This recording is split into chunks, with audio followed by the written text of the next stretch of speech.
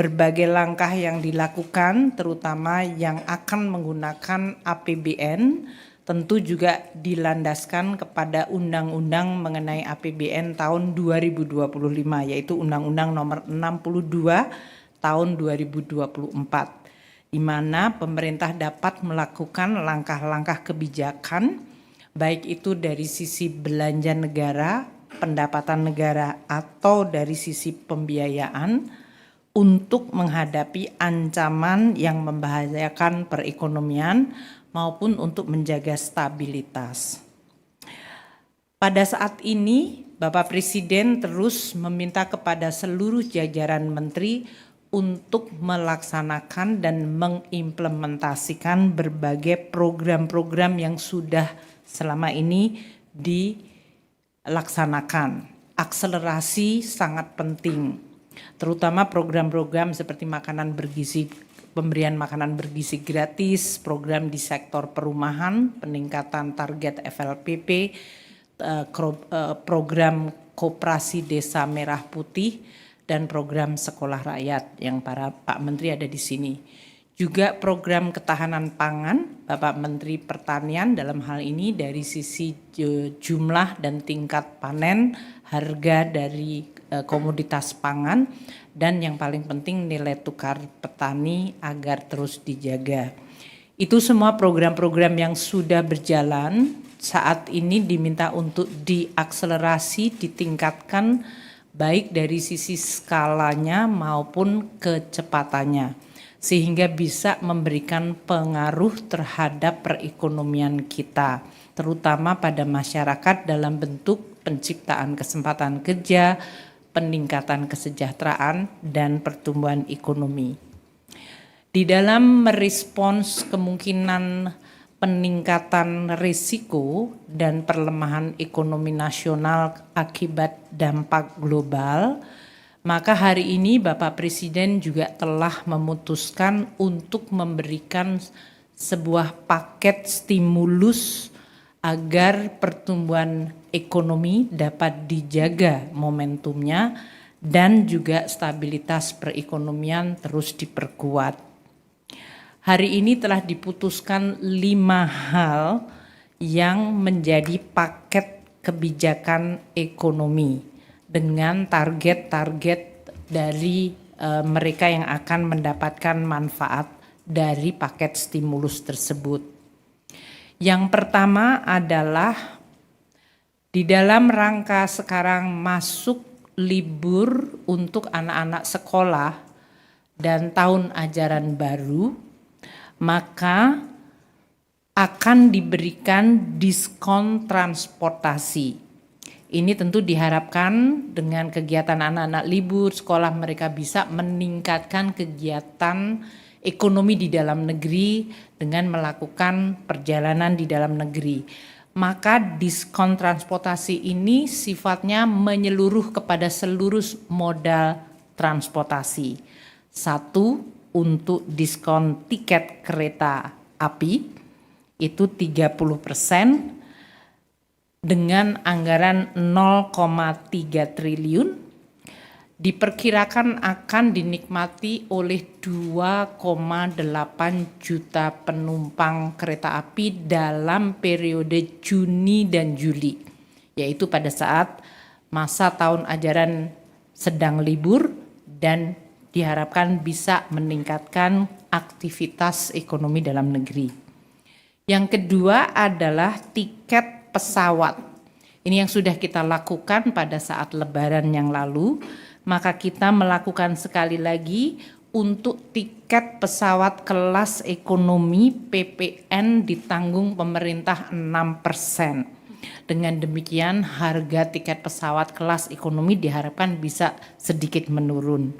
Ini anggarannya sebesar 0,43 triliun rupiah. Yang ketiga adalah moda angkutan laut. Akan diberikan diskon tiket angkutan laut sebesar 50%.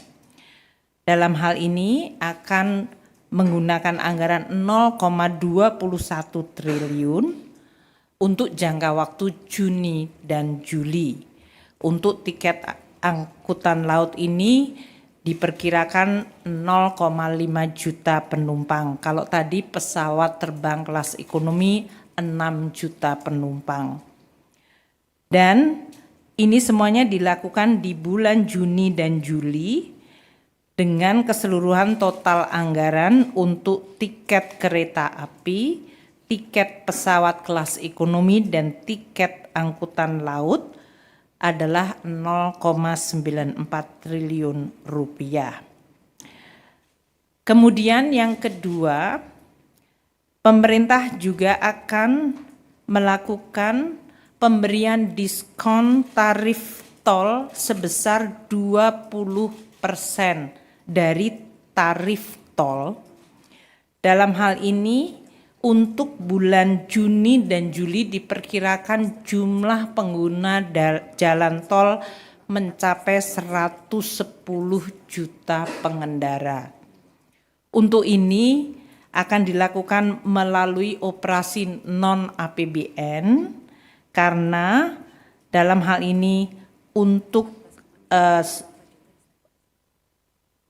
Kementerian PU akan melakukan atau sudah memberikan surat edaran kepada Badan Usaha Jalan Tol BUJT mengenai kebijakan diskon tarif tol tersebut. Yang ketiga adalah penebalan bantuan sosial.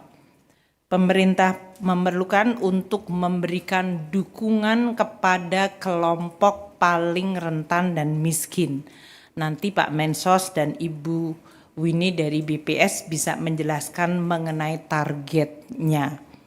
Saat ini untuk penebalan bantuan sosial akan diberikan tambahan dana 200.000 per bulan untuk 2 bulan kepada penerima sasaran kelompok penerima manfaat untuk program kartu sembako sebesar 18,3 juta kelompok penerima manfaat.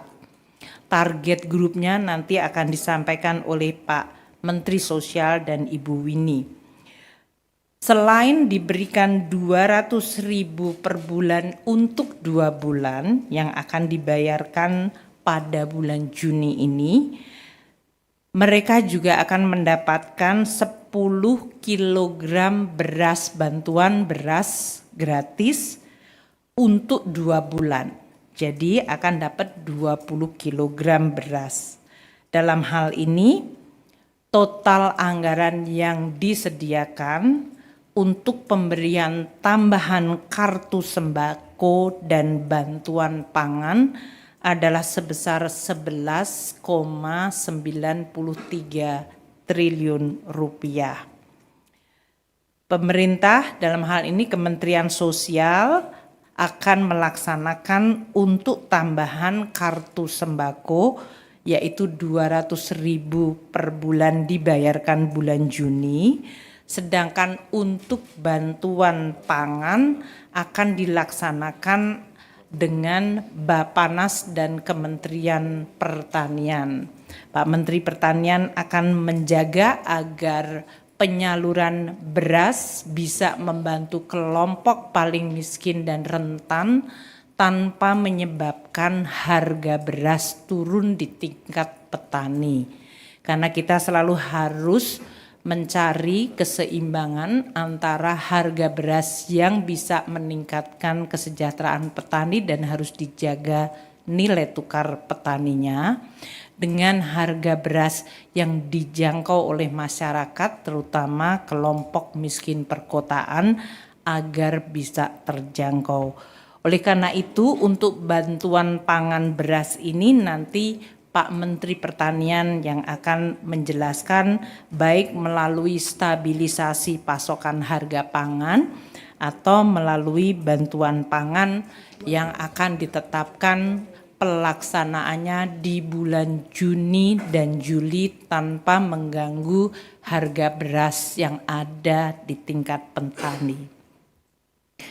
Kelompok yang keempat ini ditujukan kepada pekerja dan para guru honorer, yaitu pemberian bantuan subsidi upah PSU kepada 17,3 juta pekerja yang memiliki gaji di bawah 3,5 juta atau di bawah upah minimum provinsi, kabupaten, dan kota. Untuk ini, para pekerja yang terdaftar di BPJS Tenaga Kerja dan nanti Kemenaker yang akan mengimplementasikan program tersebut, yaitu bantuan subsidi upah sebesar Rp300.000 per bulan diberikan untuk bulan Juni dan Juli, jadi 2 bulan 600.000. Penyaluran juga akan diupayakan pada bulan Juni ini. Selain itu, selain kepada pekerja yang memiliki gaji di bawah 3,5 juta rupiah, yaitu 17,3 juta pekerja tersebut, akan diberikan juga bantuan subsidi kepada 565.000 guru honorer, baik itu 288.000 guru di lingkungan Kementerian Dikdasmen maupun 277.000 guru di Kementerian Agama. Guru honorer ini juga akan mendapatkan 300.000 per bulan untuk 2 bulan, yaitu 600.000. Selain untuk pekerja dan guru honorer, di dalam paket kebijakan yang keempat ini juga akan diberikan perpanjangan diskon 50% untuk 2,7 juta pekerja di lingkungan 6 industri padat karya. Ini tujuannya adalah untuk kepada para pekerja di industri padat karya yang mendapatkan tekanan akibat berbagai situasi global dan persaingan ekspor bisa tetap mendapatkan jaminan kehilangan kerja dengan iuran yang hanya dibayarkan 50%-nya saja. Ini tentu anggarannya berasal dari non-APBN. Sementara untuk subsidi upah dan untuk guru honorer akan disediakan anggaran dari APBN sebesar 10,72 triliun rupiah. Itu adalah kelompok stimulus paket yang keempat. Dan yang kelima yang menyangkut diskon iuran jaminan kehilangan kerja. Kami melihat dari 17,3 juta ini per sektor tentu akan terkena pada sektor-sektor formal dan terutama pada pekerja yang upahnya di bawah 3,5 juta rupiah. Dengan stimulus ini dan akselerasi program-program pemerintah yang telah saya sampaikan tadi, jadi saya ulang sekali lagi, untuk sembako 11,97 triliun nomor 3, untuk diskon transportasi 0,94 triliun, bantuan subsidi upah 10,72 triliun dan perpanjangan JKK untuk diskon 50% 0,2 triliun rupiah selain diskon tarif tol yang akan dilakukan oleh badan usaha 0,65 triliun. Total keseluruhan paket ini nilainya 24,44 triliun rupiah, yaitu 23,59 triliun dari APBN dan 0,85 triliun dari non-APBN atau dunia usaha. Dengan adanya stimulus ini dan berbagai langkah percepatan program pemerintah seperti dalam hal ini makan bergizi gratis, perumahan, koperasi merah putih, sekolah rakyat, maka kita harapkan dan juga rekonstruksi atau perbaikan sekolah-sekolah yang tadi anggarannya sebesar 16 triliun, kita harapkan pada kuartal kedua maka pertumbuhan ekonomi tetap bisa dijaga mendekati 5% dari yang tadinya diperkirakan akan melemah akibat kondisi global. Dengan pertumbuhan yang kita tetap jaga, maka kemiskinan dan pengangguran terbuka juga diharapkan bisa turun lebih cepat. Mungkin itu yang saya ingin sampaikan. Saya ingin sampaikan selain 24 triliun dari paket stimulus ini, 24,44 triliun, seperti diketahui oleh teman-teman media, gaji ke-13 juga kita cairkan bulan Juni ini. Total anggaran sekitar 49,3 triliun termasuk ASN pusat, daerah, TNI, Polri, dan pensiunan. Dengan adanya pencairan gaji 13, paket stimulus 24,44 triliun dan akselerasi program-program pemerintah, maka kita harapkan momentum pertumbuhan bisa terus terjaga. Demikian yang bisa saya sampaikan dan saya akan memberikan kesempatan kepada Pak Menteri Sosial Bu Winnie atau Pak Menteri Amran untuk menyampaikan beberapa hal.